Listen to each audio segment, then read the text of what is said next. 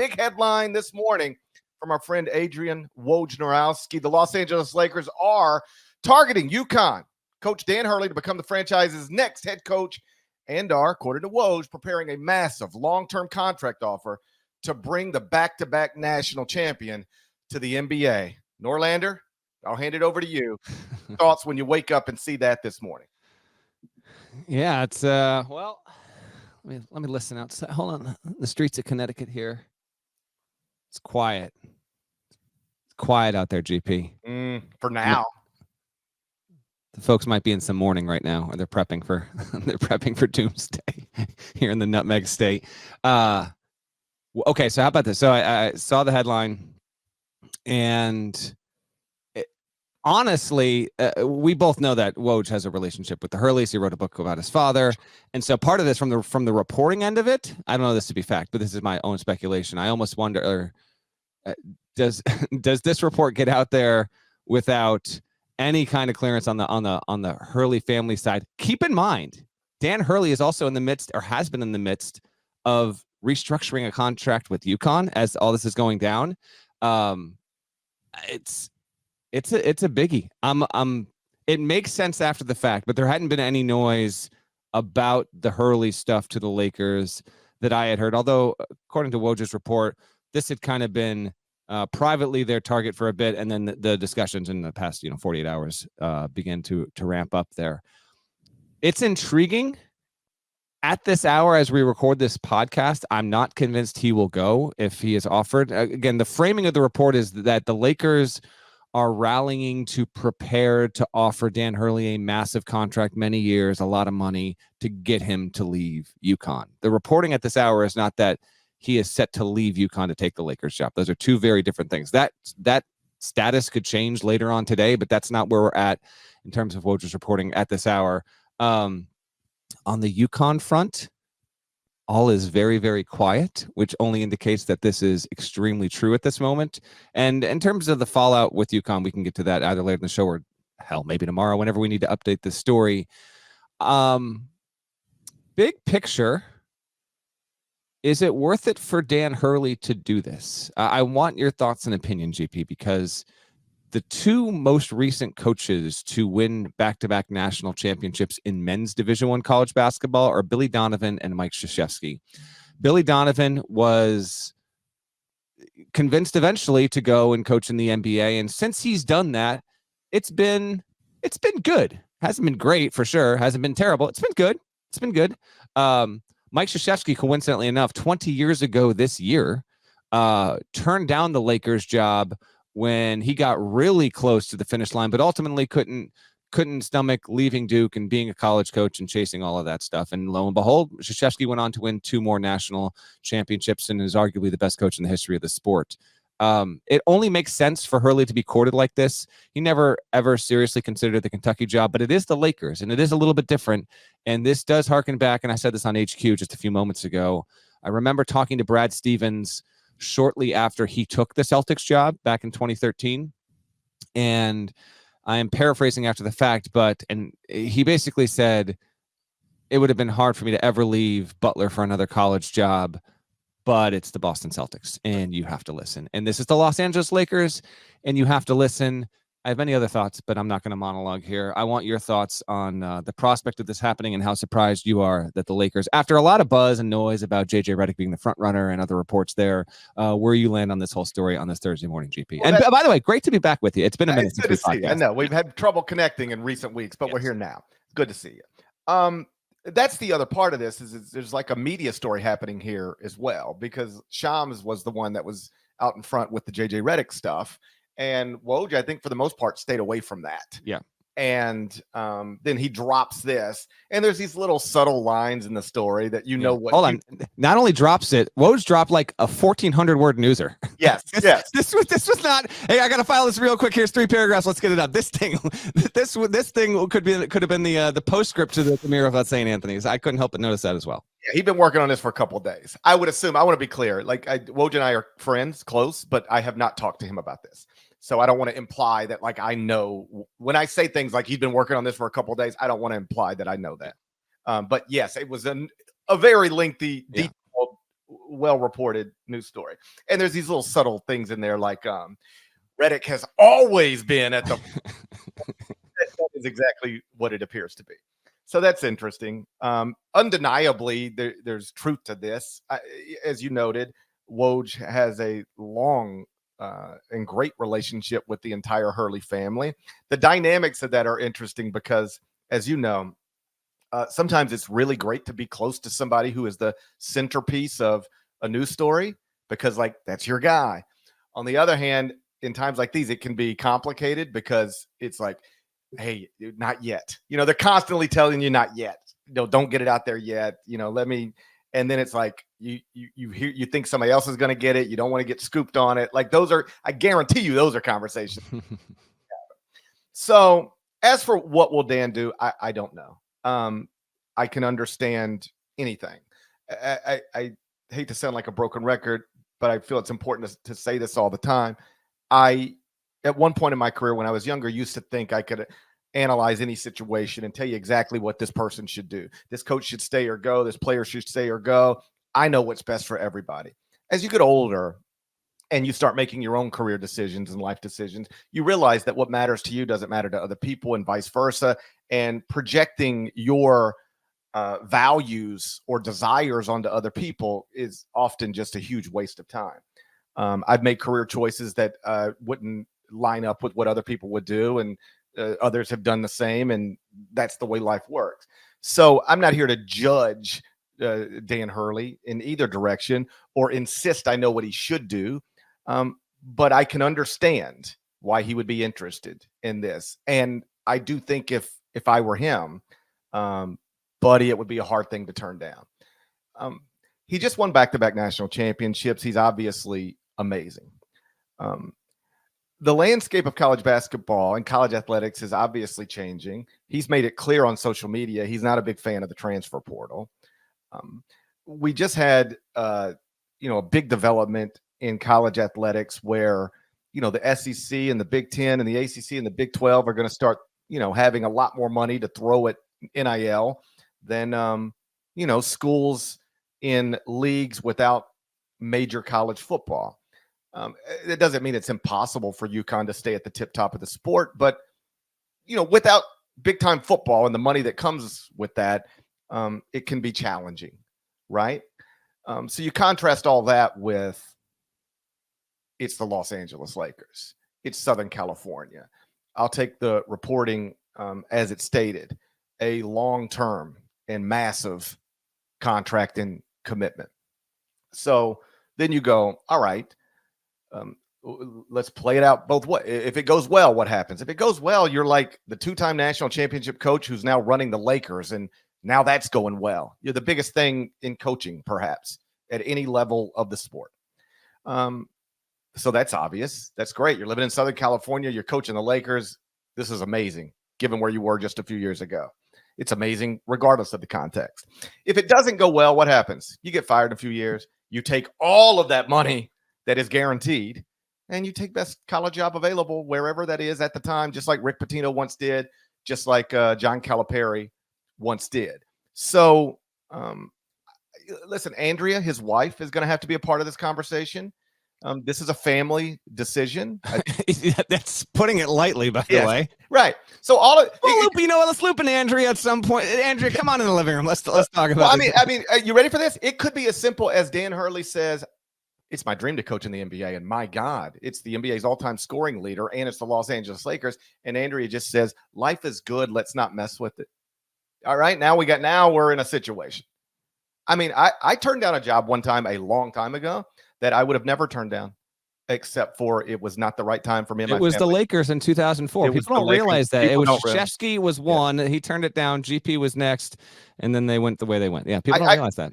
A long time. Well, even before I was at CBS Sports, I want to be clear. I turned down a job that I would have never turned down, except for I knew it wasn't good for my wife. I knew it would not be a good thing for our family, and I turned that down. So sometimes now it wasn't a Lakers contract offer. I want to be clear. If they'd have put $100 million on the table, I'd have been like, you know what? Come with me, stay, whatever. But I can't turn this down. But my point is that Andrea will have a voice in this, and she should. So I don't know what he's going to do. I could understand any decision, but man, this is obviously a hard thing to turn down. Not to put any franchise down, but like, this isn't the Kings job or the Hornets job or the Magic job. This is the Lakers. This is a big deal. I'd be interested to know. I mean, to state the obvious here, I've reached out to Dan Hurley this morning, have not heard back. So the funniest one of those, by the way, and I'll be real quick on this, because you always like reach out to these people. You have to. Just if for no other reason than just to go on CBS Sports HQ and say, I did. Right? Yeah. So one time, I forget who it was, but there was a tweet came across or something, and it was like, Lon Kruger is in negotiations to be the next head coach or is like maybe going to be the next head coach at Oklahoma. Yes. Leaving UNLV. Yeah. And I was just like, oh, I guess I'll just call Lon. I was honest to God just calling him so that I could put in the story. Yeah. Attempts to reach Lon Kruger were unsuccessful. And he like, it rings and he goes, hello, Lon. Hey, Gary. Hey, I'm just checking in with you about, there's a report that you're going to Oklahoma. Oh yeah, that's true. It was just like it was the odd. Never before had something like that happen. Never since had anything like that. You told me that, and I want to say, you might have forgotten the details all these years. I want to say you called his home number. I don't even think you called his cell, but I could be wrong. It was something like that. I don't remember. It was something where I genuinely, like, I don't know if you do this, but I have done this before. I'm going to make this phone call or send this text. I'm not expecting anything. I just need to be able to say that I did it. Yeah. And that's all I was doing. And he was like, hey, GP. Yeah, for sure. I'd be interested to see how he feels about this story being out there as much as it is right now, because this does put more public pressure, obviously, on UConn to get something done as soon as possible. There hadn't been an update. In fact, I think coincidentally enough, Dave Borges, who does a great job covering UConn locally and has for a long, long time, part of the Horde, he talked to Hurley on Wednesday night in Stamford, which if you don't know Stamford, Connecticut, if you know the tongue at the bottom of Connecticut, Stamford's near the bottom of the tongue, one of the bigger cities in the state. He was down there for something or other, and actually, coincidentally enough, talked about his contract situation and why it had not gotten done yet and all that kind of stuff.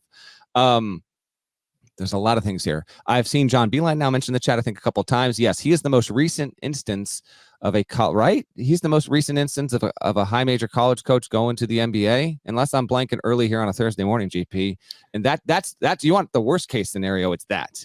I mean, John Beeline was considered among and understandably so, rightfully so, among the smartest college coaches we had, particularly from a tactician standpoint. And, the way that he approached practices and games and everything, he just seemed like, all right, if you're going to take someone from the college ranks and put him in the NBA, he was older than Hurley is now. Hurley's 51.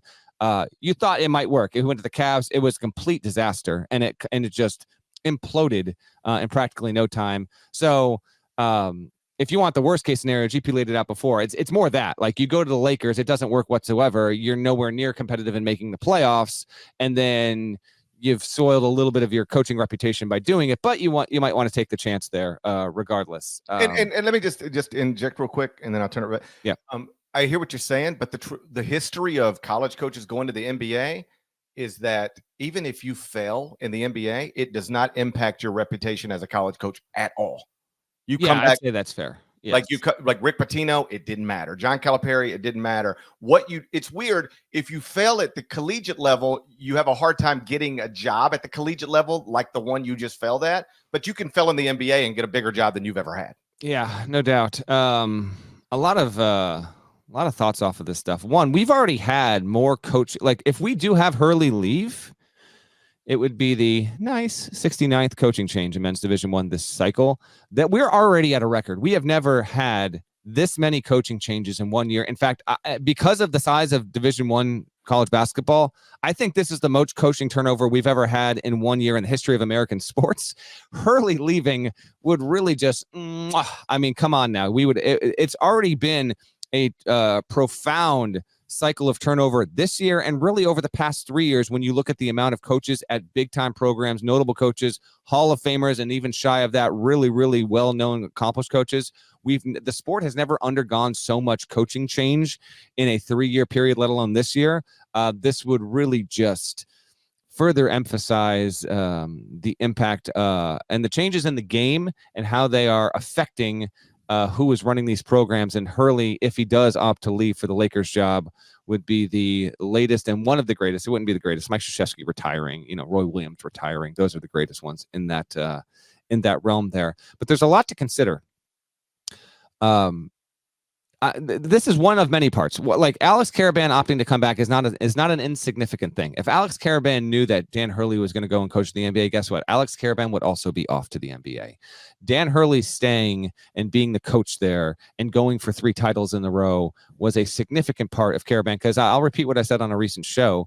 I do believe he would have been drafted. Now, he might not have been drafted in the first round, but Alex Karaban, based on people I talked to, high degree of confidence, he would have gone somewhere. It might have been 40 to 60, but would have been drafted, and you don't have Hurley on campus, like he would have gone. So now you got to have those kind of conversations. Karaban, while the entire UConn roster would have 30 days now if Hurley were to leave to go into the portal, Karaban, unless there's an obscure rule that got changed recently I'm unaware of, he can't then opt to go back into the draft. Whether there should be a rule that's there for these ultra rare occurrences, I don't know. Maybe up to other people to decide, but that's not on the table for him. And I do think that's significant.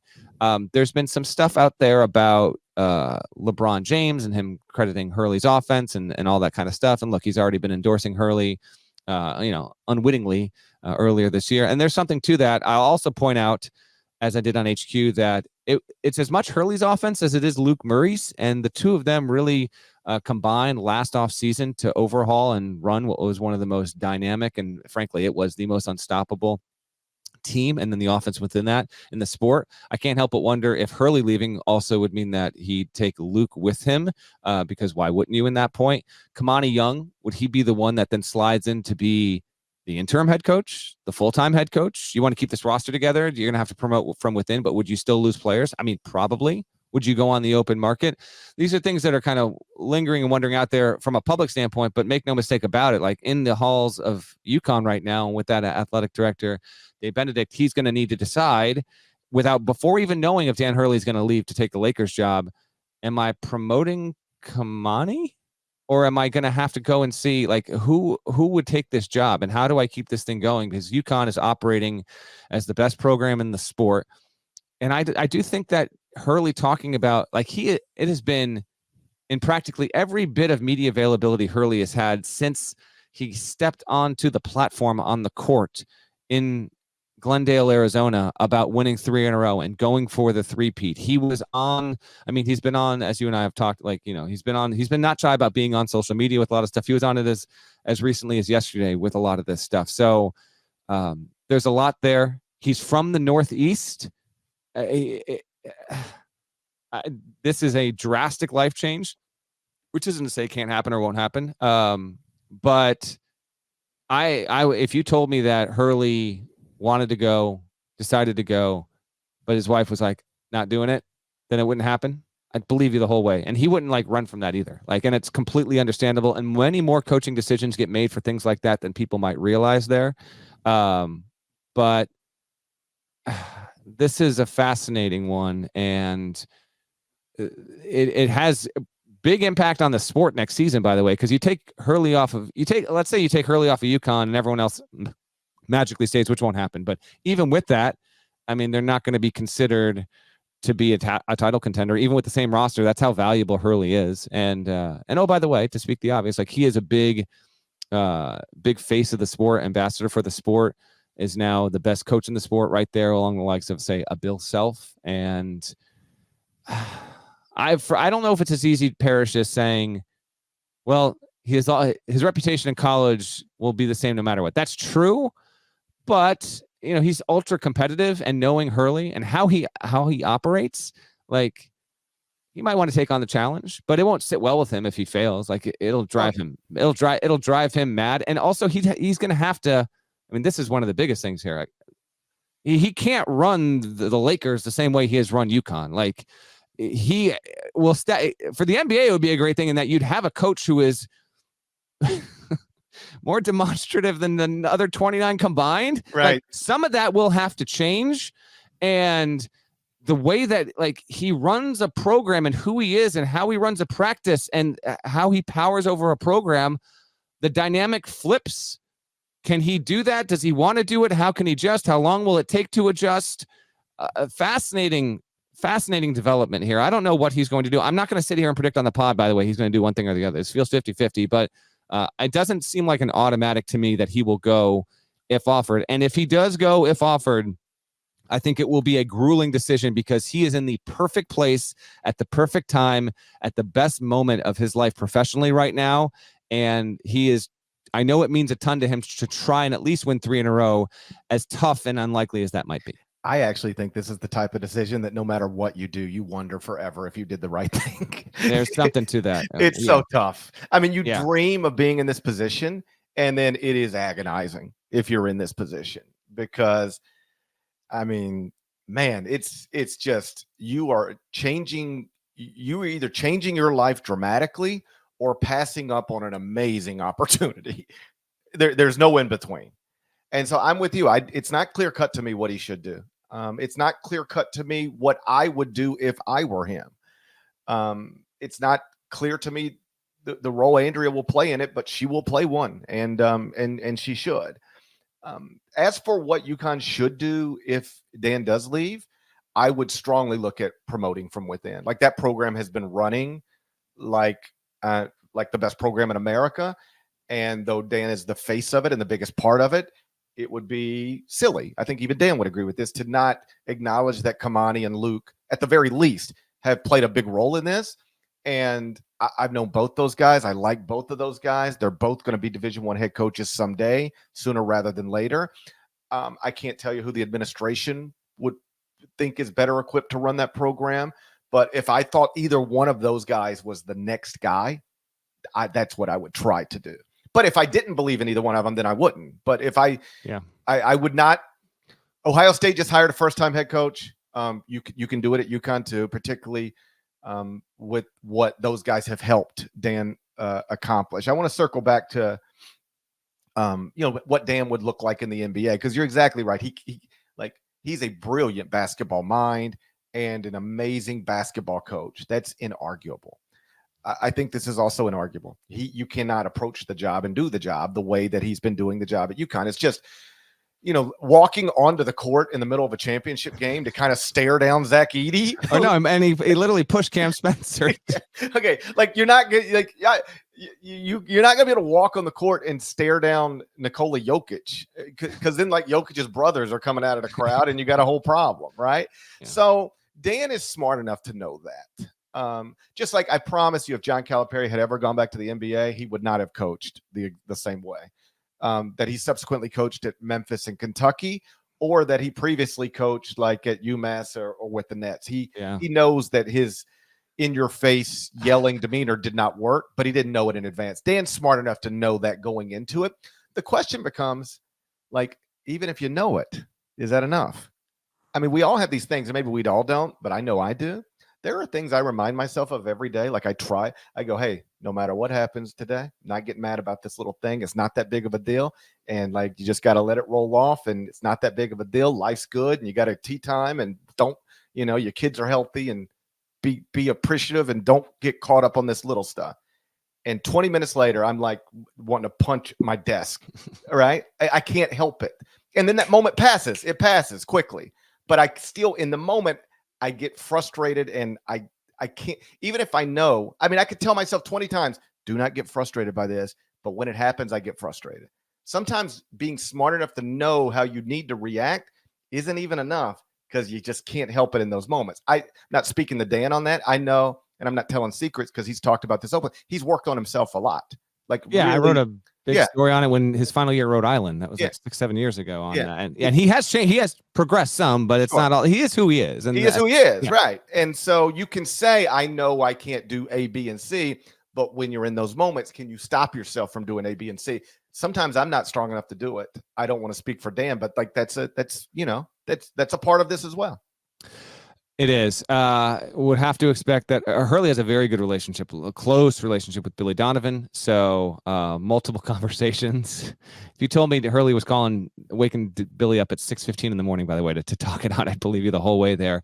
I also, a quote from Rick Pitino from earlier this year has been rattling around my head this morning, in that he said if he could go back and do it all over again, he would not have taken the Celtics job.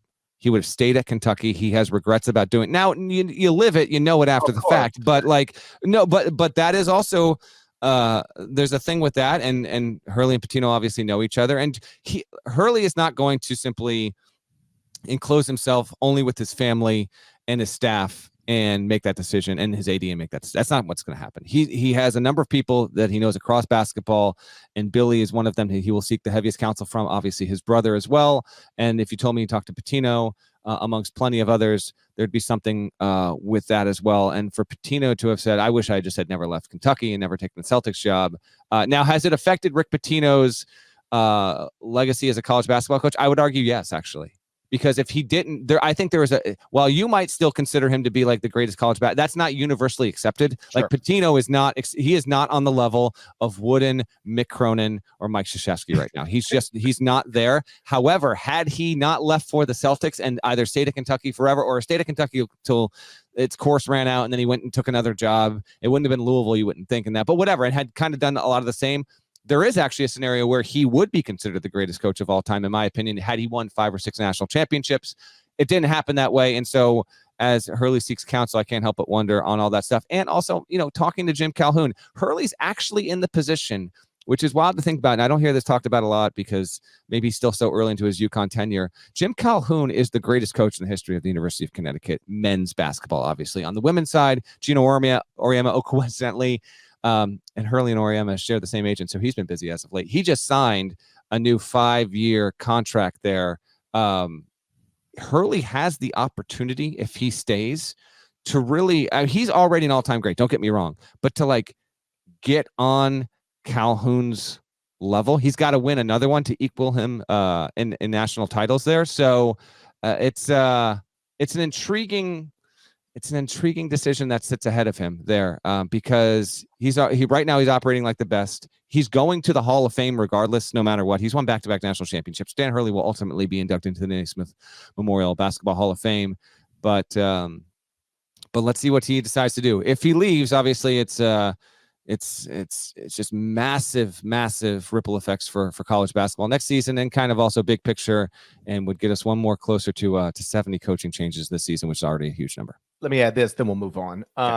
Because you're right. I think there is a scenario Rick Pitino never leaves Kentucky, and he is the all-time winningest coach in Division I men's basketball history. Yeah. He's got the titles to match Krzyzewski or even exceed him, and he is the GOAT of college basketball coaching. So to be clear, if I wasn't clear earlier, when you leave college basketball, you do miss out on opportunities to accomplish things in college basketball that can, add to your Wikipedia page and further your legacy. What I mean when failing in the NBA doesn't harm you, what I mean is that if you are the coach at, say, UConn, all right, let's not even use Dan because that's not a good example. Let's say you're a coach at a middle of the pack SEC program, and then you get a better job and you take that one. If you fail at that one, you're going to have a hard time getting another comparable job. It's just the way it works. But if you leave UConn or any job in college basketball for the NBA, almost no matter what happens in the NBA, you can come back to college and people will just evaluate you as a college basketball coach based on what you did in college. In other words, had Billy Donovan just bombed out in the NBA after 2 years and said, all right, coming back to college, who wants me? The best job available would have wanted him, and somebody with a better job would have probably been willing to fire their coach just to go get it. And the same would be true for Dan Hurley. Dan Hurley can, whatever happens with the Lakers, unless it is like some big controversy where like he really damages himself. If it's just basketball, hey man, coaching the NBA is hard. Most people get fired, some guys get fired twice, in a span of 3 years. This is hard stuff. He'd come back to college at any moment, and whatever you tell me the best job available is, I'll tell you that school is willing to hire Dan Hurley. And I can tell you there's probably 3 other schools that if Dan Hurley said, I'll be your coach, they'll fire their coach to get it. True. And not to say that Dan couldn't go anywhere. I get it. We've been vamping on him maybe, but it's big news, folks. What do you want from us? There is a lot of legitimacy and credence to him being a Northeast guy. It's why Kentucky was prepared to offer him just a ridiculous amount of money, and he never seriously considered it because he had no interest in leaving one blue blood program for another in the neighborhood where he's most comfortable in. So if he were to go and if it were not work out with the Lakers, not to say he couldn't get almost any job that came open on the market, but the one that he would want for him, like he's never going to coach in the middle of the Midwest. He's never going to go coach in the Pacific Northwest. He's never going to go coach in the heart of Texas. It's just not going to happen. So the opportunities for him on the backer come back around might not be as plentiful for him as what he desires there. But that's multiple ifs, whens, maybes. How does this go? Hopefully it's here Thursday morning. I'd love nothing more than for you and I have a resolution by end of day, business day on Friday. But we'll see if we get there. Now that this is out there and it's that public, we'll see how long this takes to get resolved on it. I would say today would be surprising, but hopefully by tomorrow. If not, you would think by Monday or Tuesday.